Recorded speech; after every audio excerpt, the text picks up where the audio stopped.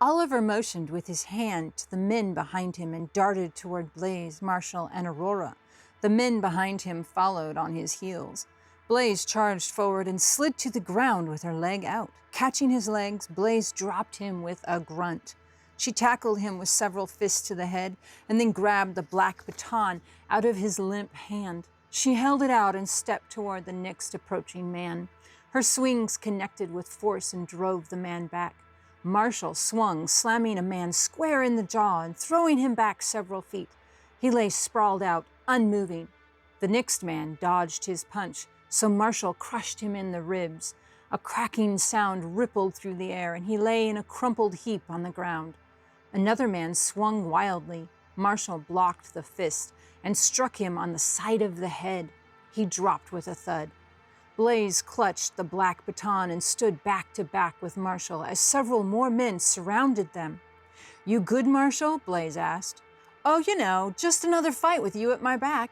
Blaze chuckled, and then her eyes landed on Aurora and her blood turned to ice.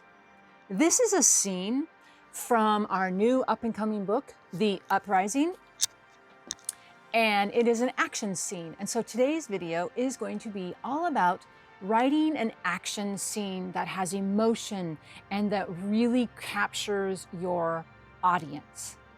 How do you feel when you watch an incredible action scene in a movie or read a book and a really intense action scene in a book? How does it make you feel? And what I want you to do is think of an action scene in a book that you read or a movie that you watched, one of those action scenes that you watched or read that you still remember, that was that memorable. Get that scene in your mind. And one of the scenes that is my all-time favorite is from the original Avengers movie. And so it's the scene in New York at the Battle of New York. It's toward the end of the movie, and it's Hawkeye and Black Widow. And they are fighting the creepy aliens that are coming out of the sky to attack everybody. And they're crawling all over the buildings. And it's just this super high intensity scene. And in the middle of Black Widow shooting her gun and Hawkeye shooting arrows, and they're fighting. And in the middle of this intense scene, they have this little exchange, this little verbal exchange that just leaps out of the action and gives such a depth to the characters. And Black Widow looks at Hawkeye and she says, "This is just like Budapest all over again." And Hawkeye looks at her and he says, "You and I remember Budapest much differently." It's just a simple little verbal exchange between these two characters in this intense moment that gives depth to the character, and it makes the audience care about these two characters. Have you ever tried to write an action scene that was that memorable, that resonated with your audience and with your reader, and struggled to feel like you nailed it, and it just still feels flat? There are three elements that are critical to writing an action scene that resonates with the reader and that really is memorable. And it is a balance between tension, drama, and character development.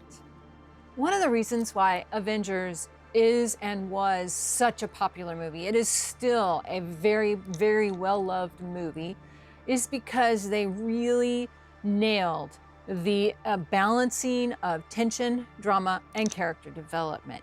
They have excellent action scenes, and you can learn a lot by watching that movie and really studying what they do and how they do the action scenes. It would be a really good exercise for anybody that's really curious about this topic.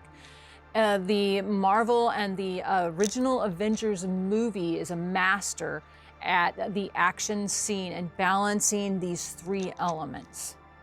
By intertwining action and emotion, what that does is it makes the audience emotionally invested in those characters.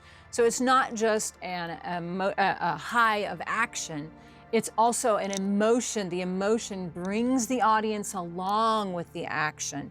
It is actually the character development and the emotions that drives the action. When writing a really emotional and excellent action scene, the first thing you want to keep in mind is character development. Now, I talk about this a lot in other videos. Character development is critical if you want your reader to be emotionally invested with your character. And in order to do this, you really have to know your characters, what makes them tick.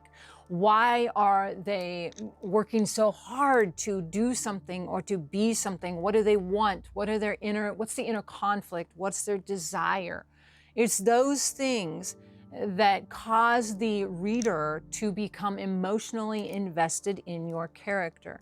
So you want to make sure that you are developing your characters with the action scenes so that your action scene further grows your character. If you like this video, make sure you subscribe and like and hit that bell notification so you don't miss any future videos.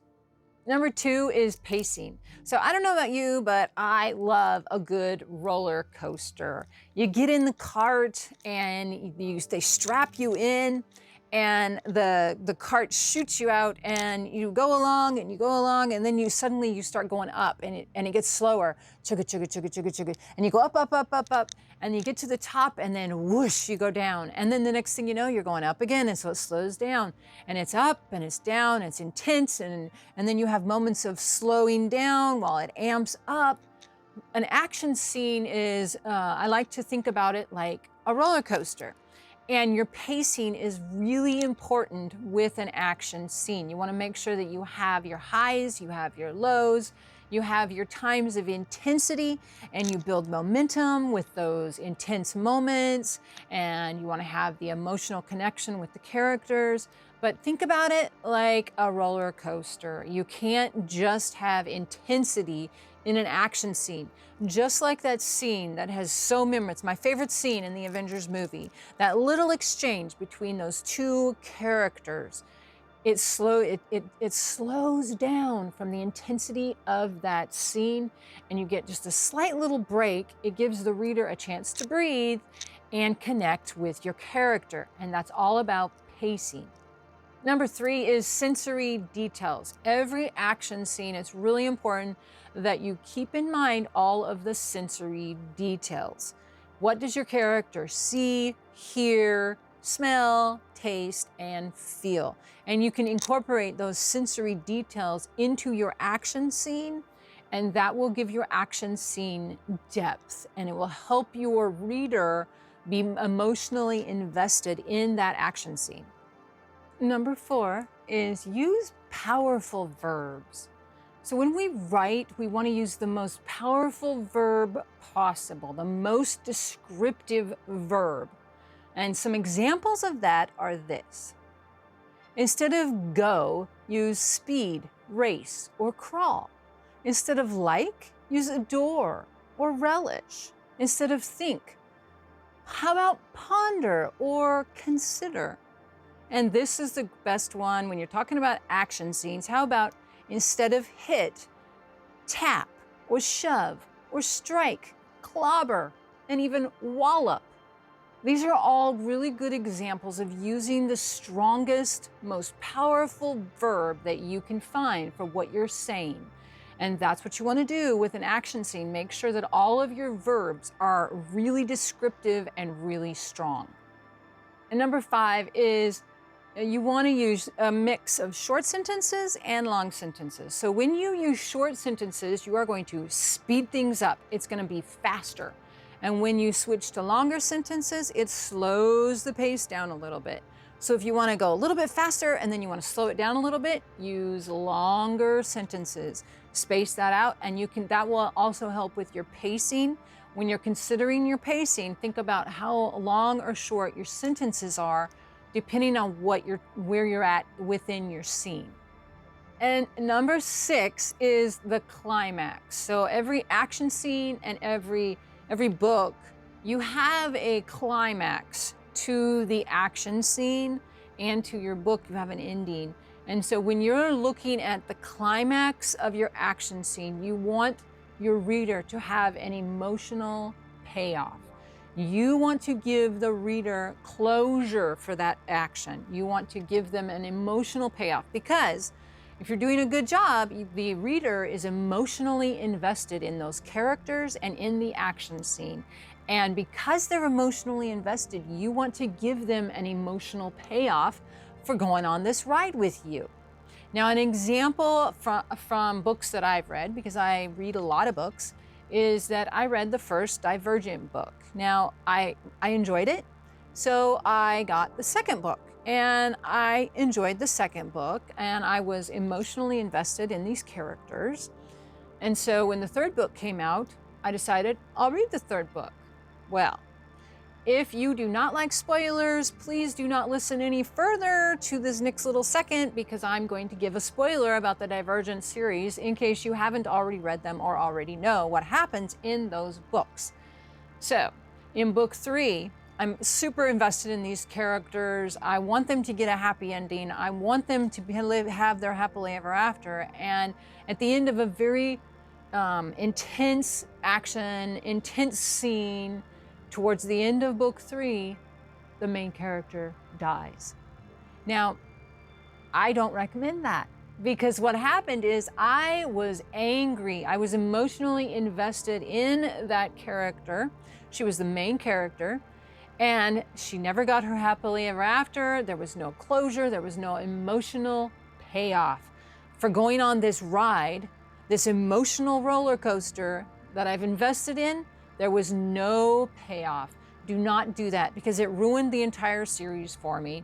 And you don't want to do that. You want to take your reader along for the ride and have them emotionally invest in your characters and your story and what's happening, and then give them that emotional payoff. It's very important.